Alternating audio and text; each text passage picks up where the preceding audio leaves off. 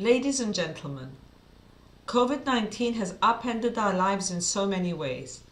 Like any virus, it has targeted the most vulnerable among us. Rare disease patients will know this better than most, especially those that cannot rely on the protection of the immune system.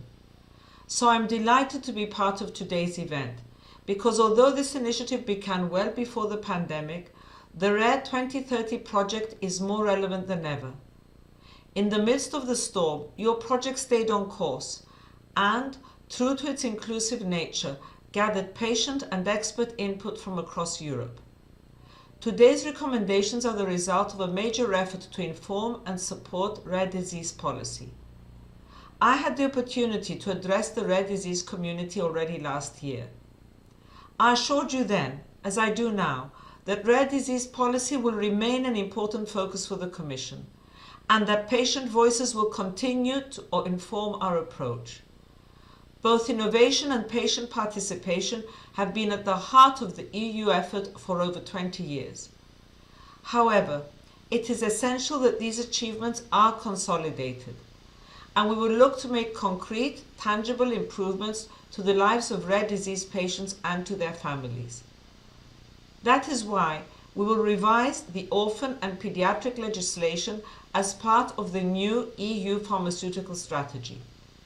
The objective is clear: to foster research and development of medicines for rare diseases, contributing to better availability and more timely access to those medicines for patients. I also want to mention the European reference networks, which I believe offer great potential for rare disease patients. These networks connect specialized centers across the EU to improve diagnosis and care for patients with rare and complex diseases.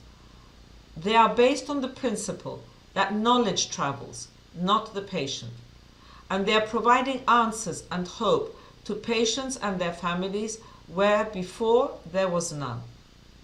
Finally, the new EU for Health programme aims to maximize this potential and will include important actions to strengthen the ERN system. Ladies and gentlemen, COVID-19 has shaken us all, but I believe it has also brought us closer together. I am convinced that we can come out of this pandemic with stronger, with more resilient and more accessible health systems, which protect and provide for rare disease patients and which address inequalities and unmet needs. Your voice, your perspective, your insight are central to this effort. So let me conclude by congratulating you once again for this important work, and I look forward to working closely with you to build a better future for all people living with rare diseases in Europe. Thank you.